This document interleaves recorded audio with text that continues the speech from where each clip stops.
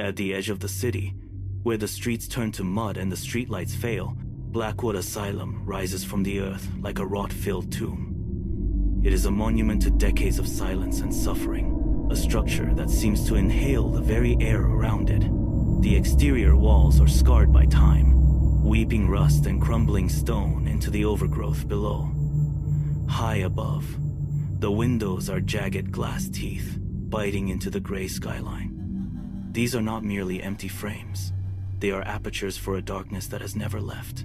Every inch of the masonry is soaked in the residue of forgotten screams. The wind does not pass through the halls. It catches on the splintered wood and broken rafters, producing a low, rhythmic moan that vibrates through the foundation. This is not a place that was simply deserted. It was fed. The structure holds itself together by memory alone, a hollow shell of iron and mortar that remains standing long after its purpose has vanished. It waits in the damp, heavy silence, watching the perimeter, anchored to the ground by the weight of its own history. The asylum is a predator, and it is hungry for the next soul to cross its threshold. October nights in the outskirts feel heavier, the air thick with moisture that clings to everything it touches. The explorer reached the perimeter fence at midnight, the metal cold and slick under his palms. A rusted chain hung loose from the primary gate, but the lock remained stubborn. He pulled, the metal screeching in protest against the silence of the woods. He abandoned the gate and moved along the perimeter, boots crunching through dead leaves and sodden earth. He found the gap behind the north wing, where the masonry had collapsed into a pile of jagged debris. He squeezed through, the jagged stone scraping against his shoulders as he forced himself into the dark. Once inside the clearing, he clicked the flashlight on. The beam cut through the oppressive, thick darkness like a blade. It caught the main entrance, a cavernous maw of warped wood and peeling paint. He stepped onto the porch. The floorboards sagged under his weight, a slow, deep groan rising from the foundation. He pushed the heavy doors inward. The beam swept across the entryway, revealing only the depth of the shadows waiting inside. He moved forward, stepping into the dark. The lobby swallowed the light. The explorer took one step, then another, his boots sinking into a layer of grime that felt like wet velvet. The air here was different, thick, heavy, and tasting of damp plaster and stagnant rot. It coated the back of his throat with every breath, a metallic tang that made him gag. He held the flashlight steady, but the beam struggled to cut through the swirling dust motes that danced in the stagnant air. He swung the light across the walls. The paint had long since peeled away, leaving behind a map of misery. Black, frantic graffiti covered every surface like ink-stained veins, twisting and pulsing under the erratic play of the light. Some of it was illegible, jagged scrawls that looked more like claw marks than human writing. He leaned closer, the beam illuminating a word etched deep into the brickwork, the edges still sharp and raw. The walls seemed to vibrate with the history of the place. He turned, the light catching a smear of something dark near the floorboards, evidence of a struggle that refused to fade. The silence was not empty. It was pressurized, waiting for him to move deeper into the rot. The lobby gave way to a long, narrow corridor that stretched into the impenetrable dark. The explorer stepped forward, his boots hitting the floor with a rhythmic, sharp crack. The sound did not die immediately. It traveled down the hall, bouncing off the damp plaster walls, returning seconds later as a hollow, distorted echo that sounded like a second pair of footsteps trailing behind him. He stopped. The echo stopped. He took another step, pressing his weight into the wood, and the floorboards groaned in protest. A long, drawn-out shriek that vibrated through the soles of his feet. The building seemed to swallow the sound, only to spit it back out from the rooms further down the wing. Every movement he made felt magnified, as if the structure were recording his presence and broadcasting it to the shadows. He swept the flashlight beam upward, but the ceiling was lost in a thick haze of dust and cobwebs. He shifted his weight, and the floor tilted slightly, sending a cascade of debris rattling into the darkness. The silence that followed was heavy, pressurized, and filled with the vibration of his own heart hammering against his ribs. He was not alone in the rhythm of the house. The building was listening to him. The corridor ended abruptly at a heavy, rusted door. The explorer pushed it open, the hinges screaming in protest as he stepped into what must have been a records room. The floor was covered in a thick carpet of paper, a sea of white and gray strewn across the damp linoleum. He lowered his flashlight to the ground, the beam cutting a path through the debris. It was a chaotic archive of misery.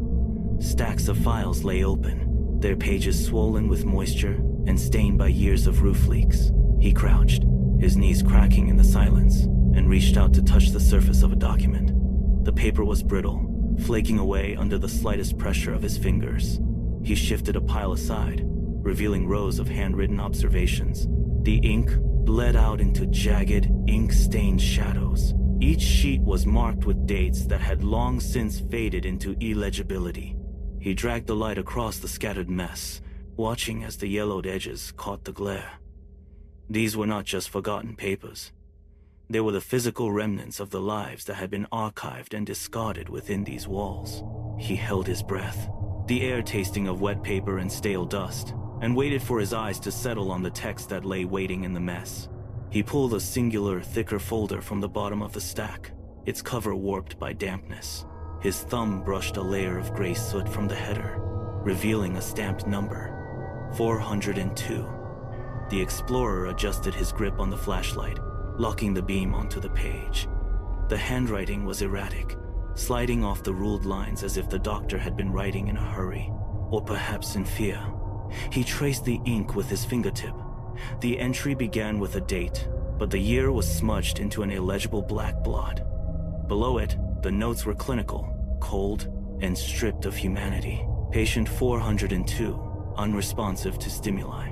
The explorer blinked, the words seeming to shift under the harsh white light. He read the sentence again, louder this time, his own voice sounding thin and foreign in the vast, hollow room. He moved the light further down the page. There was no progress chart, no recovery plan, only a single, heavy line crossed through the remaining space. A sense of wrongness settled in his chest, a tightening that had nothing to do with the freezing air. He peered at the margin, where a final, frantic note was scrawled in deep, pressured ink. It was not a medical observation, but a warning. He looked up from the paper, his flashlight trembling slightly. Suddenly aware of the absolute stillness of the room around him, the silence felt intentional. He turned the page, the sound of tearing paper echoing like a gunshot. The next file was thicker, filled with entries that grew increasingly desperate. Treatment failed. Subject remains in a state of perpetual agitation. He flipped to the next, then the next. Each entry followed the same bleak pattern. Repeated electrical shocks, chemical restraints, sensory deprivation. The clinical language stripped the horror down to its bare, mechanical bones. These were not records of healing, but logs of systematic dismantling. He brushed his palm over the ink, feeling the indentations left by the pen as the writer had pressed down with agonizing force. The explorer felt a sudden, sharp pressure in his own temples. The sheer weight of the suffering documented here began to warp the room. It was not just one patient. The floor was littered with them. He gathered a handful of papers, watching as the names blurred together under the light. Every page told a story of a mind breaking under the weight of an institution that had long since forgotten the purpose of mercy. He let the papers slip from his fingers, watching them settle back into the dust. He realized then that he was not standing in a hospital, but a graveyard of broken intentions. The reality of the past was no longer abstract. It was a physical presence, heavy and suffocating, pressing against the very air he struggled to inhale. The temperature in the ward plummeted. It was not a gradual shift, but a sudden, biting intrusion that turned his breath into a thin, white mist. He stood still, listening to the silence, but the air itself seemed to thicken with a density that resisted movement. His lungs tightened, a reflexive response to the unnatural chill creeping through his skin. He tucked his arms against his chest, but the cold was internal, a marrow-deep frost that made his joints ache. He turned his head slowly, scanning the perimeter of the room. The walls, once just peeling paint and plaster, now seemed to lean inward, narrowing the space until it felt barely large enough to stand. He pressed his back against a support beam, the wood splintering slightly under the pressure of his grip. His breath hitched a sharp, ragged sound that hung in the stagnant air. He tried to swallow, but his throat felt constricted, as if the oxygen in the room were being replaced by something heavier, something older. He stood motionless, his heart hammering against his ribs, waiting for the environment to reveal the source of the pressure. Every nerve ending screamed for him to run, but his feet remained anchored to the linoleum, held by the sheer, crushing weight of the history surrounding him. The darkness seemed to pulse, waiting for him to make the next move. He pushed away from the beam, his boots scraping against the grit-covered floor. The sound was too loud, a jagged intrusion in the absolute quiet. As he shifted his stance, the beam of his flashlight swept across the far wall. The shadows there did not retreat. They stretched, elongated, and curled around the corners of the room like black ink bleeding into water. He blinked, refocusing his vision, but the movement persisted in his peripheral sight. Every time he turned, the darkness adjusted, snapping back into place just out of the direct light. The silence had taken on a new texture. It was no longer an absence of noise, but a presence that pressed against his eardrums, a low-frequency hum that vibrated through the floorboards. He took a step, then another, his pulse drumming a frantic rhythm in his ears. The air felt agitated, swirling in small, localized currents that tugged at his hair and skin. He swung the light upward, but the ceiling was lost in a thick, suffocating gloom. The walls seemed to pulse in time with his own heartbeat. He stopped again, his chest rising and falling in quick, shallow bursts. Something was watching from the periphery, and the very architecture of the ward was conspiring to keep him in the dark. He tightened his grip on the flashlight, his knuckles white, and turned his gaze toward the long, narrow corridor that led deeper into the facility. He walked into the central corridor, his boots echoing with a hollow, rhythmic thud that sounded like a heartbeat. The walls were lined with doors, all slightly ajar, revealing slivers of pitch-black cells behind them. He checked his compass, but the needle spun aimlessly, a frantic metal moth trapped in a glass cage. He turned back, intending to retrace his path to the main stairwell, but the hallway he had just emerged from had vanished. In its place stood a blank, windowless wall. He reached out, his fingers tracing the cold, damp plaster, searching for a seam or a hidden door. But there was only solid, immovable stone. The realization hit him with the force of a physical blow. He had walked too far, and the building had closed behind him. The air grew heavy, saturated with the metallic scent of old blood and rusted iron. He shone the light into the darkness, but the beam seemed to reach only a few feet before being swallowed by the gloom. His breathing became erratic, each inhalation tasting like dust and decay. He was no longer an observer in a forgotten place. He was an intruder in a predator's gut. The silence here was not empty. It was expectant, waiting for him to finally accept that there was no way back. He stood in the center of the corridor, the light trembling in his grip, as the crushing gravity of his mistake took hold. He stood paralyzed in the center of the corridor, waiting for the silence to break. It was not a natural quiet. It was a pressurized void. He leaned his head back, eyes straining against the darkness, when the ceiling groaned. A single, heavy thud vibrated through the floorboards above his head, followed by the dry scrape of something dragging across concrete. His heart hammered against his ribs. He gripped the flashlight tighter, knuckles straining, and swung the beam toward the ceiling. Nothing but dust motes danced in the light. He tried to tell himself it was just the building settling, the weight of years finally shifting the foundation. But the next sound proved him wrong. A second footstep landed, deliberate and heavy, echoing with a rhythmic precision that defied the chaos of a collapsing structure. It was the sound of someone or something pacing with intent. He held his breath, his lungs burning, and listened as the weight shifted again, moving directly toward the center of the room above him. The floorboards overhead creaked under an impossible, concentrated pressure. He realized then that he was no longer the only living thing in the ward. The footsteps stopped directly above his position, and the silence that returned was thick, weighted, and predatory. He did not move. He did not blink. He simply stared at the ceiling, waiting for the ceiling to give way. The pacing above ceased, leaving a silence so sharp it felt like a razor against his skin. He braced for a crash, for the ceiling to shatter, but instead, a thin, needle-like sound pierced the air. It started in the ventilation shaft behind him, a high-pitched, distorted ripple that defied human anatomy. It was laughter, jagged and broken, echoing through the metal ducts like glass shards sliding over one another. He clamped his hands over his ears, but the sound didn't come from the vents anymore. It seemed to resonate from the very marrow of his bones.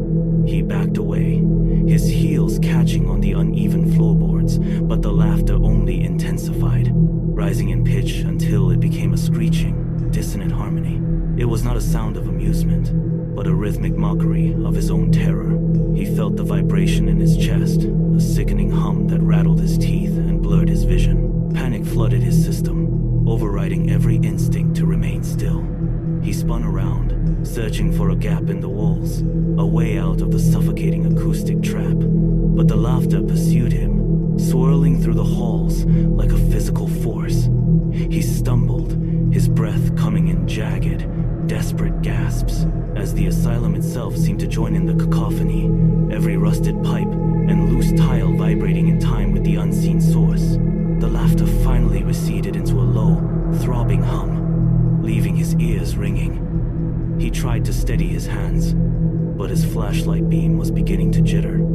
The white light pulsed, expanding and contracting like a dying lung. He tapped the casing against his palm, desperate to force a steady stream, but the bulb only flickered in response. Each time the light dipped, the walls seemed to lunge inward, the peeling pain casting long, distorted fingers across the floor. He stood paralyzed, his breath hitching in the cold, stagnant air. The beam struggled, cutting through the thick, swirling dust for a fraction of a second before plunging him back into near-total darkness.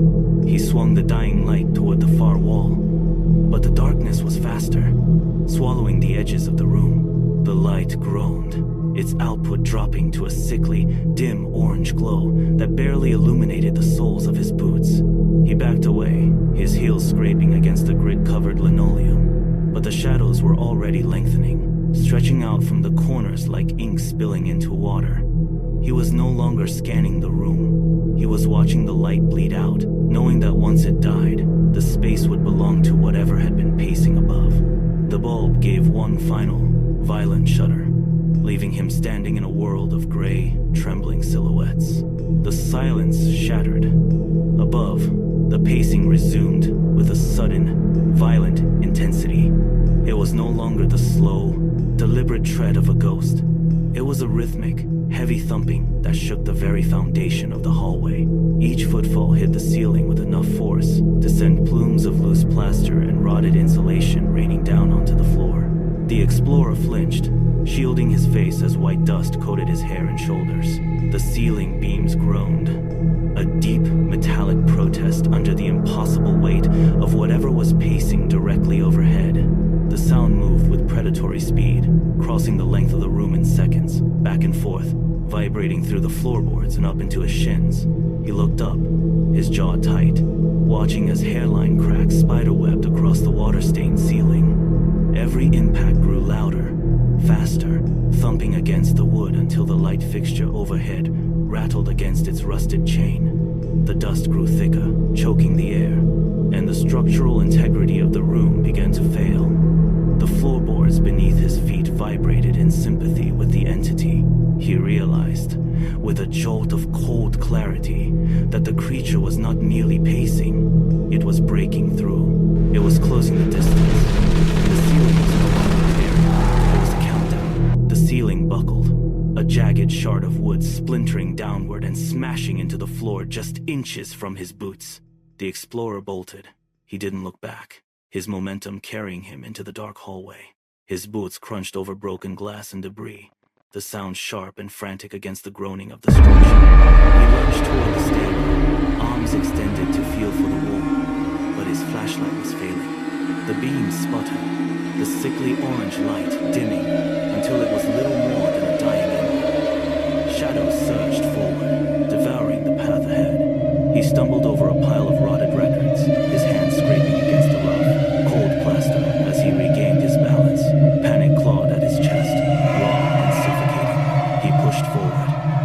burning, but the orange glow was now so faint, it barely illuminated the ground at his feet. The stairs were somewhere ahead, hidden in the throat of the darkness. Every step felt like a gamble against an invisible floor. He reached out, fingers brushing empty air where he expected a wall, then slammed into a doorway. The light flickered once, twice, and then narrowed into a tiny, pulsing point.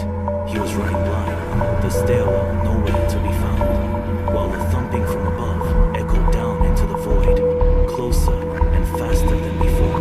The bulb gave one final violin, and the world vanished. Darkness did not just descend, it slammed into him, thick and absolute as ink. The explorer stopped dead, his feet sliding on the grit-covered floor. He held his breath, the silence now so profound it rang in his ears. He was blind. The walls he had been tracing suddenly absent. He stretched his hands out, finding nothing but cold, stagnant air. Then, the silence broke. A heavy, wet impact sounded from the darkness ahead. The unmistakable thud of weight hitting the landing of the stairs. It was not the sound of a human step. It was the sound of something dense.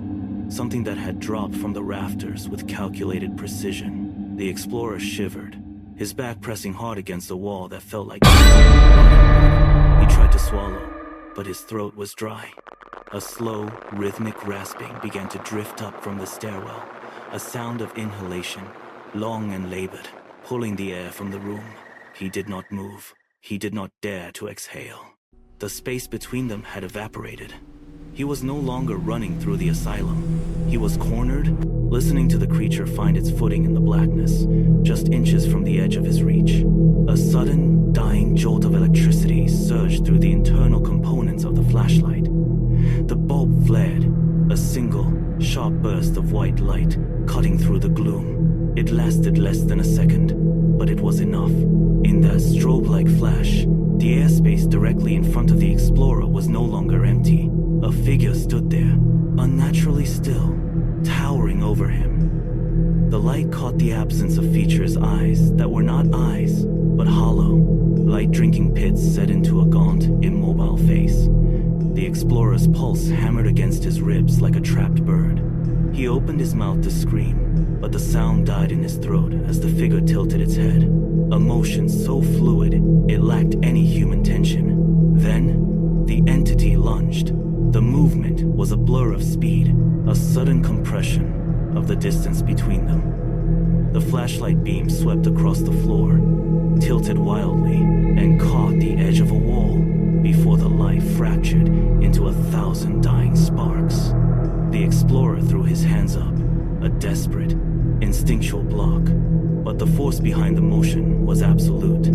He felt the rush of cold air as the entity crossed the threshold, the impact of a heavy, unyielding presence colliding with his own. The light vanished, leaving only the sound of a sharp intake of breath and the sudden, heavy scrape of something heavy being dragged across the floor. The camera struck the linoleum with a jarring, metallic crack, the lens momentarily pointing toward the ceiling.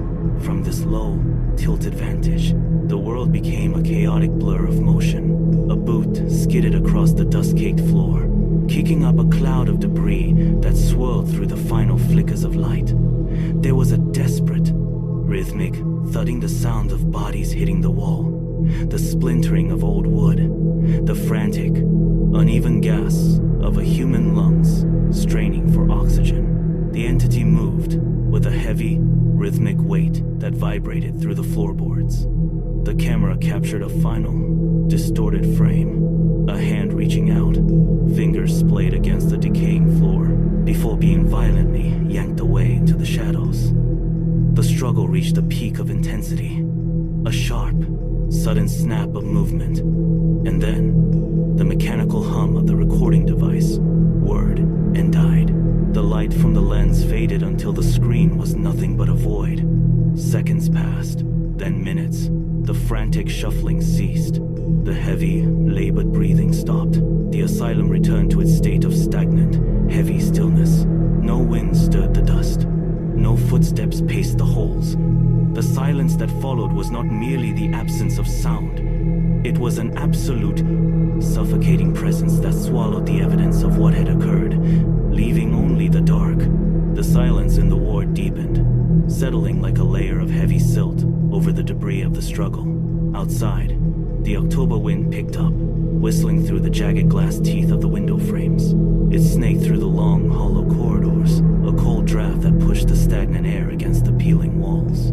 The high-pitched, distorted laughter that had echoed moments ago thinned out, dissolving into the rhythmic creak of the building itself. Where the explorer had stood, there was nothing but the grit of concrete and the faint, lingering scent of ozone. The flashlight lay discarded near a wall, its casing cracked, the battery long dead.